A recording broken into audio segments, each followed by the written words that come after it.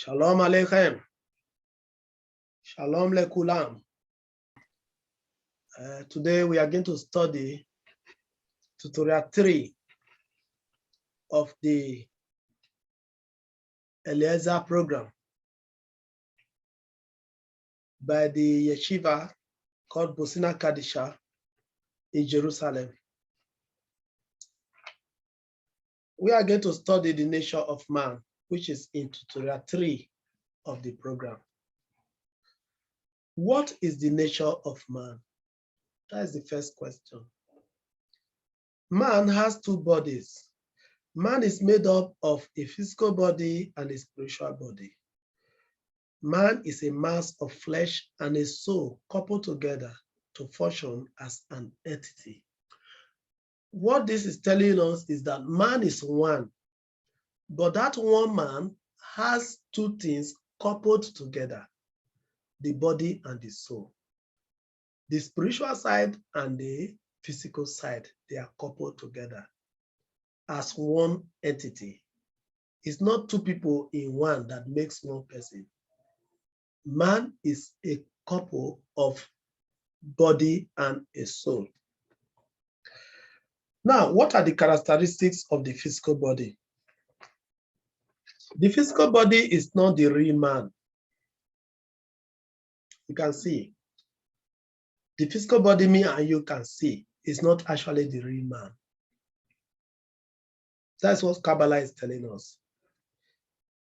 The physical body is a temporary garment or vehicle conveying the spiritual body. The physical body of man is tangible. You can touch it, you can see it, it's transient, it's not permanent, and it's finite. It has limitation. That's the nature of the physical body. Because I said, what are the characteristics of the physical body?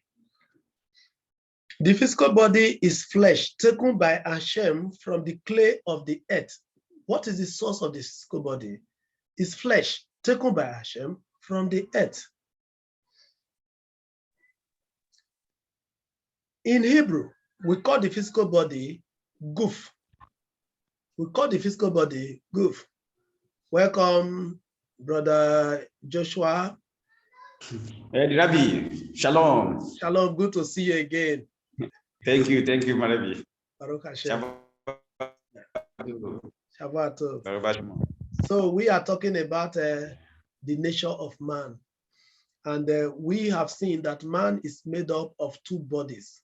One of the bodies is physical and the other side is spiritual. Yes. Then going down to know the characteristics of the physical body. We want to know the physical body that we can see before we go to the spiritual body that we cannot see.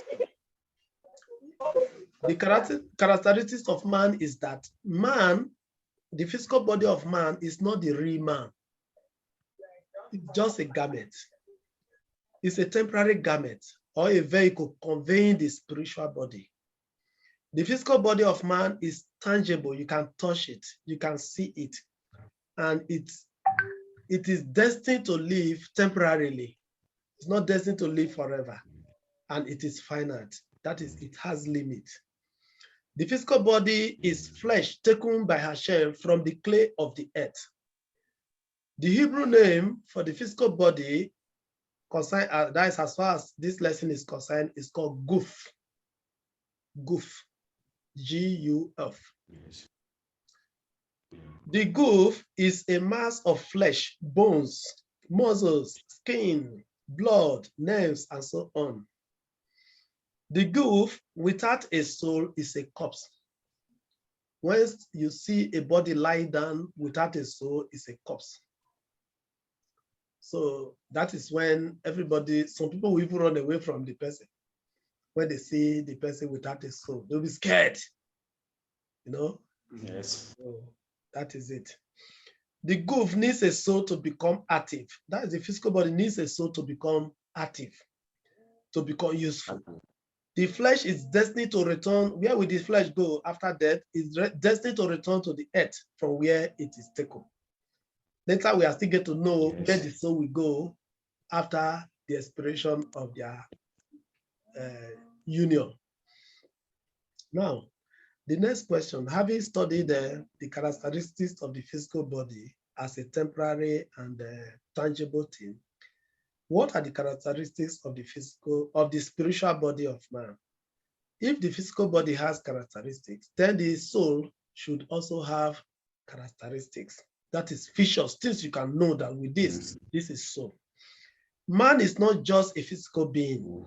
So when you talk of man, you look at somebody, don't look at him as just the physical body. There is an infinite, intangible, invisible aspect of man that is spiritual. Any human being you see around has something spiritual inside. The spiritual aspect of man is called soul. It's called soul. The soul is the real man, not the physical body that is temporary. The soul is like almost, we can say the soul is eternal. The soul is usually referred to in Hebrew as nefesh or neshama.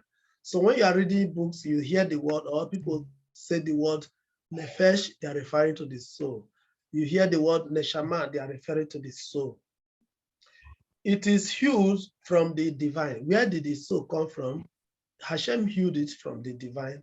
It's just like you take a piece of something that is divine and you allow the flesh to hold that thing for a purpose.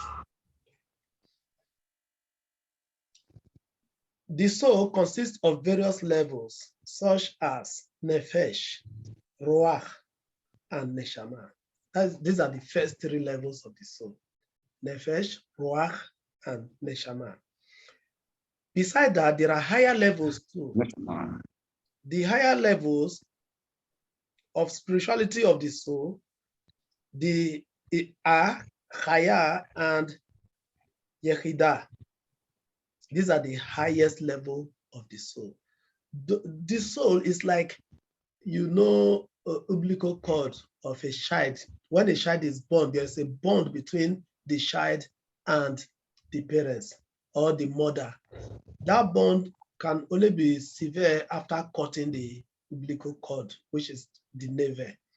In our case, although Hashem has placed us on earth, there is a silver line, a silver cord. I will call it silver. There's a cord connecting us and Hashem.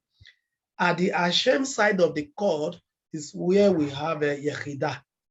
So pure, just like Hashem. It's infinite. You cannot touch it.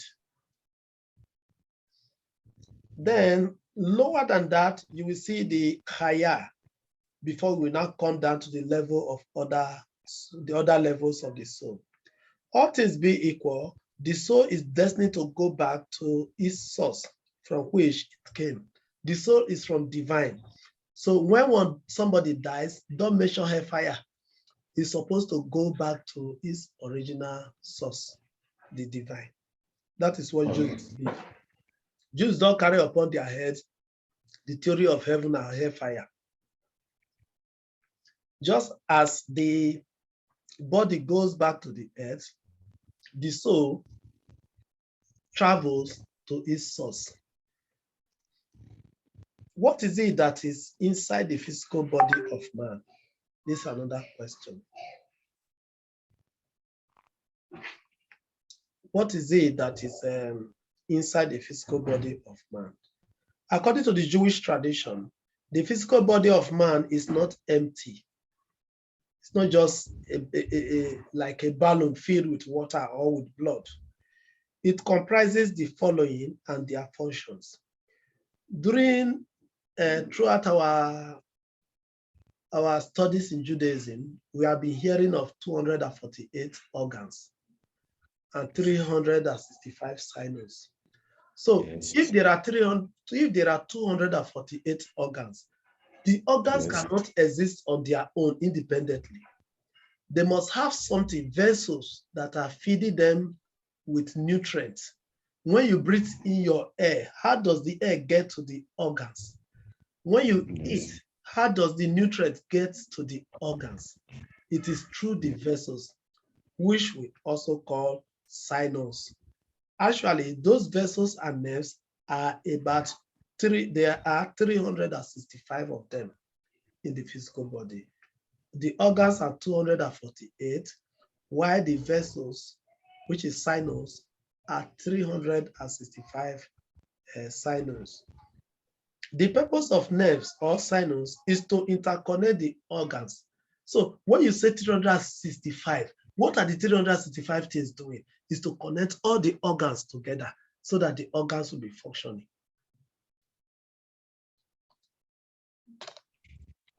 In case you have questions as I am going, please ask me so that I will be able to attend to you.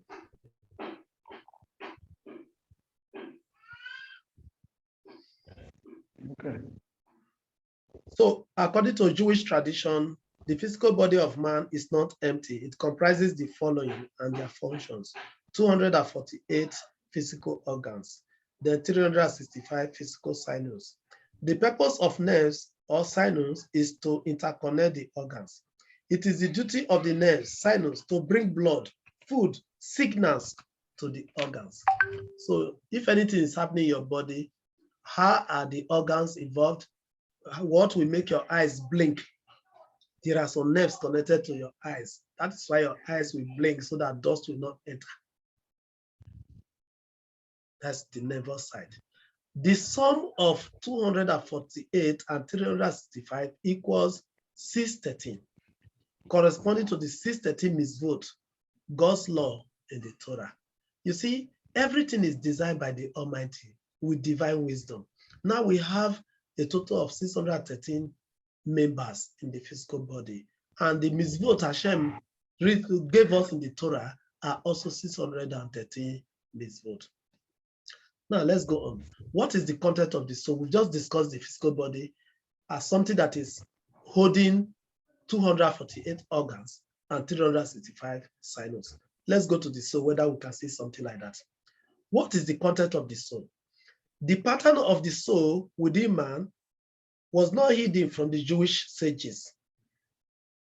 Ordinarily, people don't know what is inside the soul. Even scientists, they are still debating, where is the soul located in the body? They cannot tell it. But to us, Jewish people, Hashem pronounced all these things for us. He opened them up to us. But the other was the nations don't want to hear, don't want to agree with what Hashem has given us. Now, the pattern of the soul within man was not hidden from the Jewish sages. Kabbalah reveals that not only the physical body has limbs, members, sinus, vessels, organs, but man's spiritual body is also made up of the following. So just as we have talked about the physical 248 organs in man, there are also spiritual 248 organs in man. So when someone is sick, what do you pray for? Spiritual healing and physical healing. Now you, as a student of Kabbalah, you are wiser now. That if you want to do anything, you are not just looking at the physical organs to heal, but the spiritual organs must have had problem. That is why you are facing these health challenges.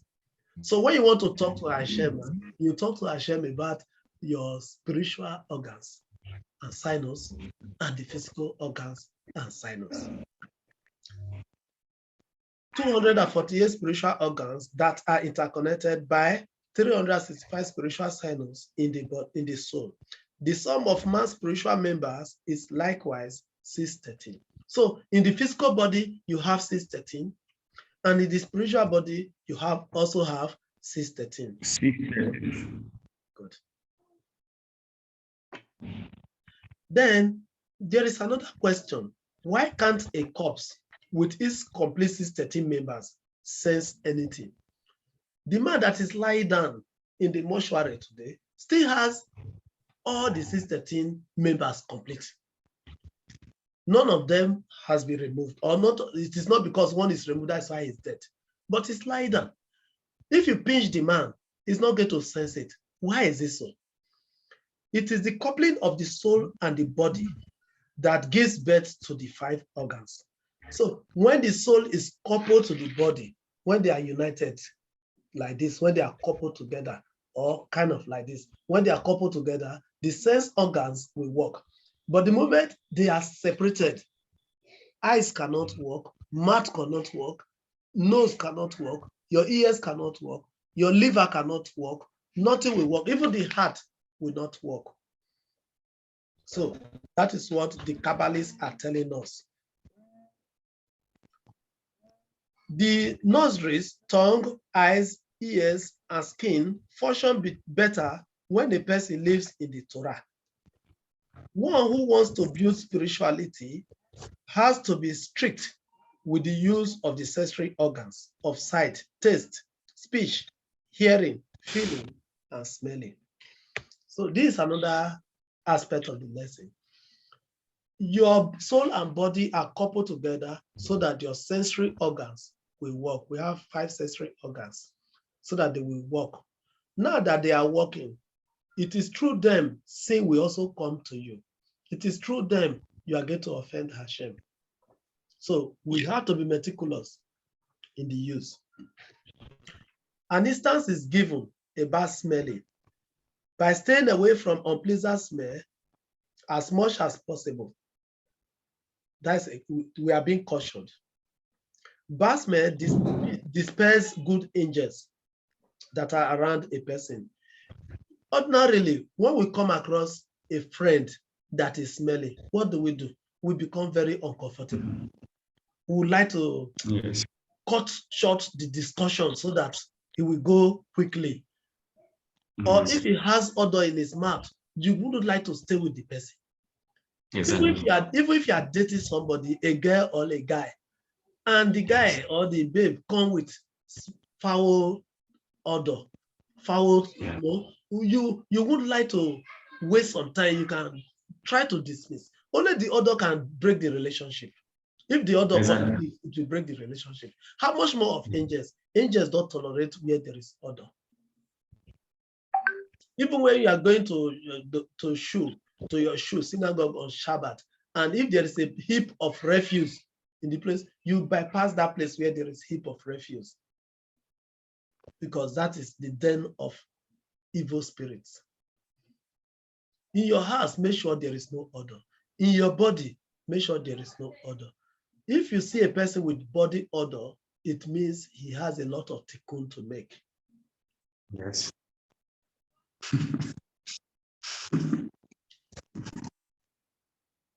So we've just talked about smelling.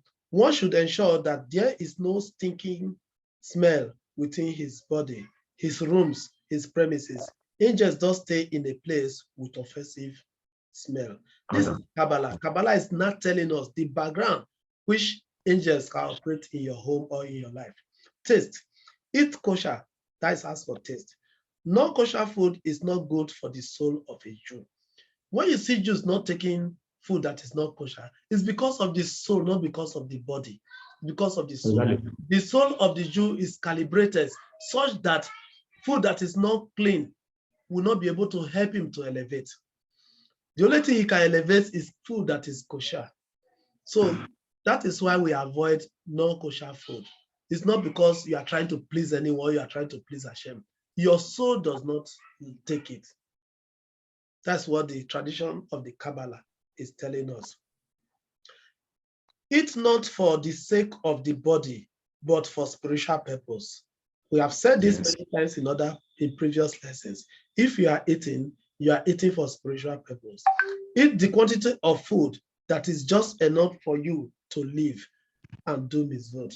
So when you are eating, don't feed yourself to the brim that you want to load the tummy. When your tummy is shiny. In those days when we were small, when our tummy is shiny, our parents will bring kerosene and rub it. In that kerosene or palm oil to rub the tummy, so that by tomorrow morning, the tummy will become a bit flat. So that's what we used to do. Because we are children, we eat without limit. Our concern is the food. Let us finish mommy. Let us finish daddy's food, not spiritually. Now at our level, we are eating with caution. We eat because of our soul, not because of the physical body. So that is why we now cut down our pleasure and the rest.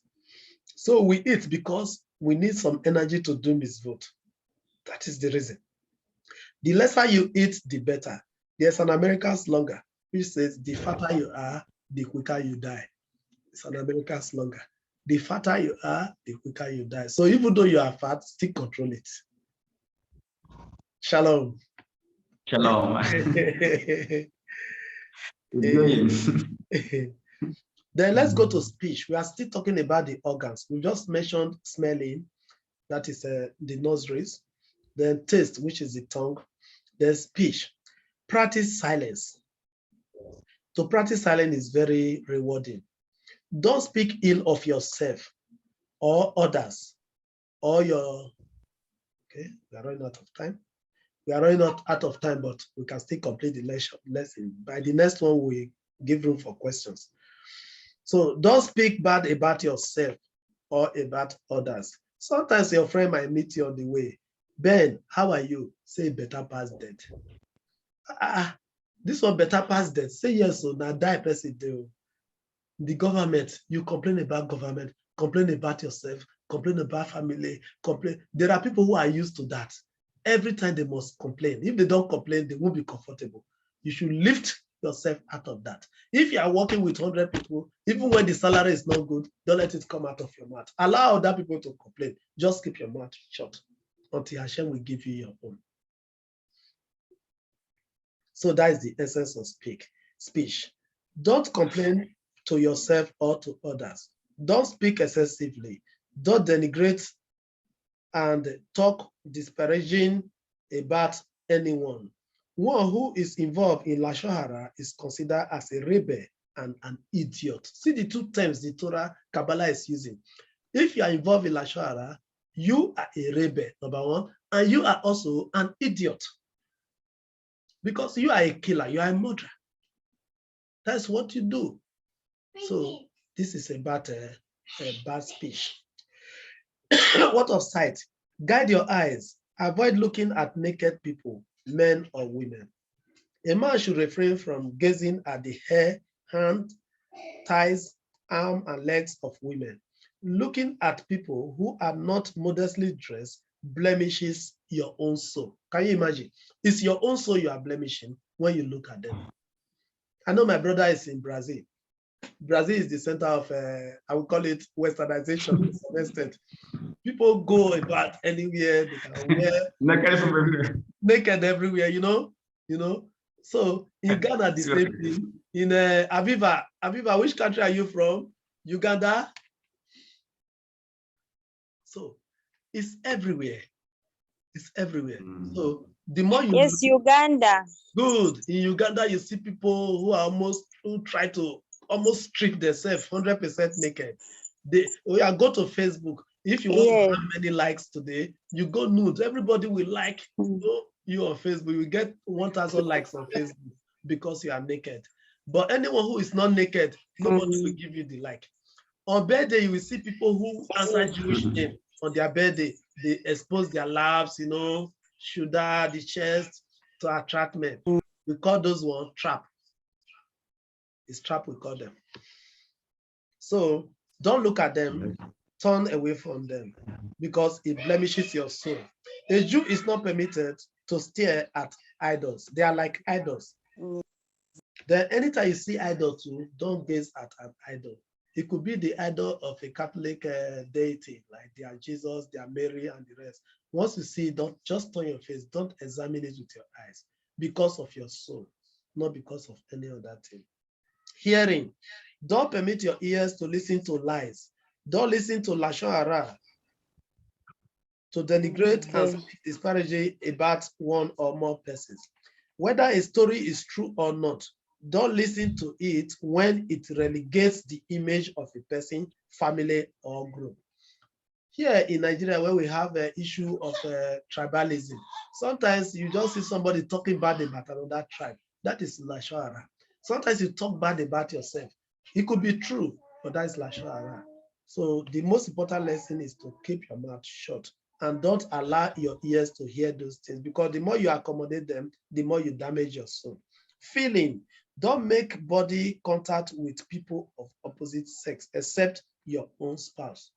So this one will help us. Even though man is like a goat, always looking for women to sleep with. But when you hear things like this, you will be able to caution yourself. Oh, it is written we should not have body contact with women. The more you observe it, the more it will help you during teshuvah. If you don't practice it, your teshuvah will be very difficult. So when you practice things like this, your teshuvah will be wonderful. Because that it is our sin, that is why it is written. If we don't commit it, it will not be written. Men are like that. Women too, sometimes they want the man to pat their back. Oh, you are a beautiful woman. But she had forgotten that she's somebody's wife. And a Jewish man should not do that. Patting the back of another woman, having handshakes with another woman. Tete, Angel, I remember when I went to Sefi in Ghana, there was a funeral. When you sit down, people will come, about 100 people will come one after the other to have a handshake with you. It's your tradition. Yes? Can you speak?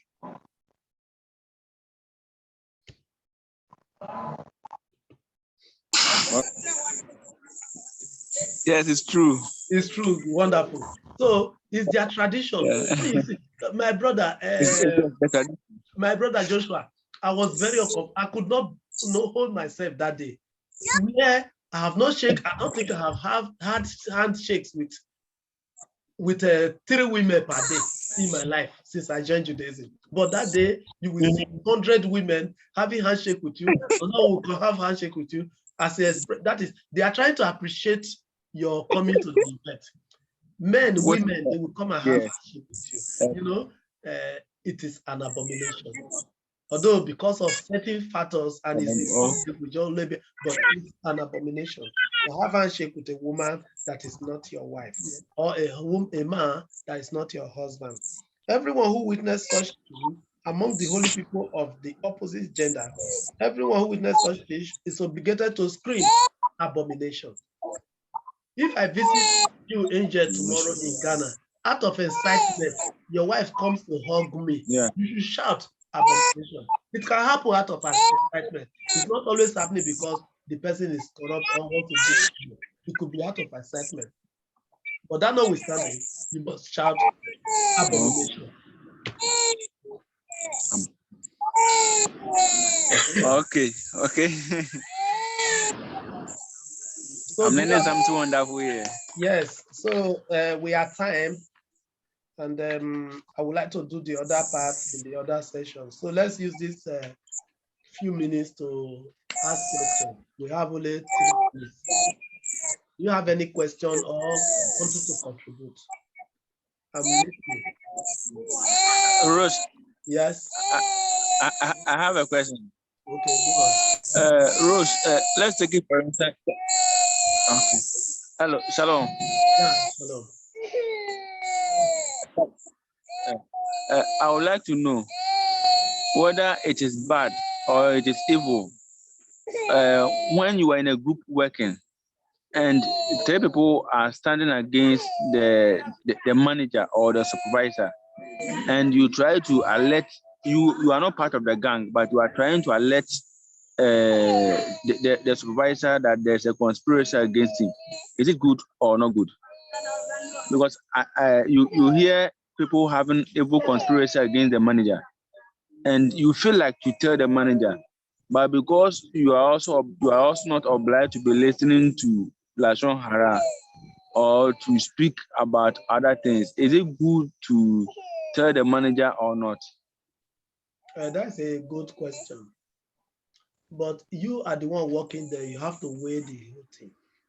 Sometimes when you tell the manager, some managers will even fight you.